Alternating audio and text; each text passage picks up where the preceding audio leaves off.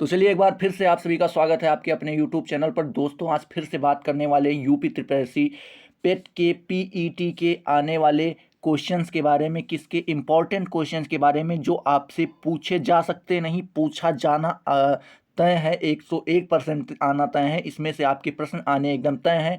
मैं आपको 11 प्रश्न यहाँ पे लेकर आया हूँ। आपके लिए कितने प्रश्न? 11 प्रश्न लेकर आया हूँ, जिसमें से 10 के उत्तर मैं खुद दूंगा और 11वें का आपको कमेंट सेक्शन में हमको बताना होगा कि उसका आंसर क्या होगा। ठीक है, तो आज कौन सी मतलब किस सब्जेक्ट के बारे में बात करने वाले हैं? तो इसमें है, आज हम बात करने वाले हैं इंडियन इकोनॉमिक के बारे में, इंडियन इकोनॉमिक्स के बारे में बात करने वाले हैं। तो चलिए, आज का पहला प्रश्न आपके सामने आ गया है कि अर्थशास्त्र के रचनाकार कौन है। आपसे पूछ रहा है कि अर्थशास्त्र के रचनाकार कौन है। तो अर्थशास्त्र के रचनाकार आपसे अगर पूछे तो आप ऑप्शन लगाएंगे सी, कि चाणक्य ने अर्थशास्त्र की रचना की थी। और अगर आपसे पूछे कब की थी, तो ये मौर्य वंश के समय में की थी। ठीक है, अब आपसे अगर दूसरा प्रश्न पूछ ले कि चाणक्य द्वारा लिखित अर्थशास्त्र में किसका वर्णन है, तो आप शायद ऑप्शन नंबर ए लगाएं कि अगर अर्थशास्त्र किताब का नाम है, बुक का नाम है, तो उसमें अर्थशास्त्र की जानकारी होगी। लेकिन नहीं, इसमें आपको ऑप्शन नंबर बी लगाना होगा। मौर्य वंश की राजनीतिक जानकारी किसमें मिलती है? तो चाणक्य द्वारा लिखित अर्थशास्त्र में किसकी जानकारी मिलती है? तो मौर्य वंश की राजनीति के बारे में। क्वेश्चन नंबर 3 आपसे पूछ रहा है कि मुद्रा किस शब्द से बना है। आपसे पूछ रहा है मुद्रा किस शब्द से बना है, तो आपको याद रखना है मोनेटो शब्द से बना है। मोनेटो शब्द से बना है मुद्रा। ठीक है, अगला प्रश्न आपके सामने आ गया, प्रश्न नंबर 4। इसमें दिया हुआ है अर्थशास्त्र का जनक किसे कहा जाता है। अभी अर्थशास्त्र के रचयिता कौन थे? तो चाणक्य थे। अगर आपसे पूछ रहा है अर्थशास्त्र के जनक किसे कहा जाता है, तो एडम स्मिथ को कहा जाता है। किसको कहा जाता है?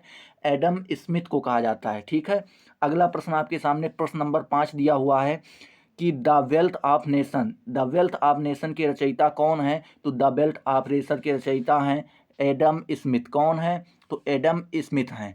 ठीक है, कब रचा था? तो ये कब लिखा था? तो ये है 1776 की बात। ठीक है, ये आपको याद रखना है। कीमत सिद्धांत को और क्या कहा जाता है? आपसे प्रश्न दे दिया जाए कि कीमत के सिद्धांत को और क्या कहा जाता है, तो कीमत के सिद्धांत को बेस्टी कहा जाता है। दोस्तों, मेरे प्यारे दोस्तों, क्या कहा जाता है? बेस्टी कहा जाता है, जिसे इंग्लिश में माइक्रो कहते हैं। क्या कहते हैं? माइक्रो कहते हैं। ठीक है, अब आपसे पूछ ले कि अर्थव्यवस्था के कितने क्षेत्र हैं, तो अर्थव्यवस्था को 5 क्षेत्रों में विभाजित किया गया है। कितने क्षेत्रों में? 5, प्राथमिक, द्वितीयक, तृतीयक, चतुर्थ और पंचम। 5 क्षेत्र में आपके अर्थव्यवस्था को अर्थव्यवस्था के क्षेत्रों को विभाजित किया गया है। अब आपसे अगला प्रश्न दिया हुआ है, कृषि किस क्षेत्र में रखा गया है। आपसे पूछ ले कृषि किस क्षेत्र में रखा गया है, तो मेरे प्यारे दोस्तों आपको याद रखना है कि कृषि ए नंबर ऑप्शन प्राथमिक क्षेत्र में आपका क्या रखा गया है? कृषि रखा गया है। प्रश्न नंबर 9 आपके सामने है कि औद्योगिक को किस क्षेत्र में रखा गया है। अगर आपसे पूछ ले कि औद्योगिक को किस क्षेत्र में रखा गया है, तो औद्योगिक को मेरे प्यारे दोस्तों द्वितीयक क्षेत्र में रखा गया है। किस क्षेत्र में रखा गया है? द्वितीयक क्षेत्र में रखा गया है। अगर आपसे पूछ ले कि सेवा को किस क्षेत्र में रखा गया है, तो सेवा को रखा गया है, सेवा को रखा गया है तृतीयक क्षेत्र में। कौन से नंबर क्षेत्र में? तो तृतीयक के क्षेत्र में रखा गया है। आपके सामने आपका आखिरी प्रश्न, 11वां प्रश्न, जो आपको उत्तर देना है कमेंट बॉक्स में आकर के और बताना है कि इसका आंसर क्या होगा। आईटी को किस क्षेत्र में रखा गया है? ऑप्शन आपके इस प्रकार हैं। ऑप्शन नंबर ए द्वितीयक में, ऑप्शन नंबर 2 तृतीय में, ऑप्शन नंबर 3 चतुर्थ में और ऑप्शन नंबर डी पंचम में। आपको इनमें से कोई एक प्रश्न एक आपका ऑप्शन सही होगा, उसको आपको बताना होगा कि आपका ऑप्शन कौन सा सही है। अगर आपने हमारे राजनीति विज्ञान या राजनीति शास्त्र या पॉलिटी का पिछला वीडियो नहीं देखा है, तो पिछले 2 वीडियो को जाकर देखिए। उसमें हमने पॉलिटी की एक नई सीरीज स्टार्ट की है, जिसमें ऐसे ही क्वेश्चन आंसर कराए जा रहे हैं।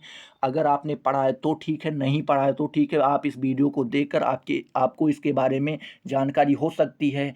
और दोस्तों, अगर आपने अभी तक इस चैनल को सब्सक्राइब नहीं किया तो सब्सक्राइब कीजिए, बेल आइकन को दबाइए और अपने दोस्तों के साथ शेयर कीजिए जितने लोगों ने यूपी ट्रिपल एससी पीईटी का फॉर्म डाल रखा है। तो चलिए अगले वीडियो में मिलते हैं, तब तक के लिए जय हिंद, जय भारत।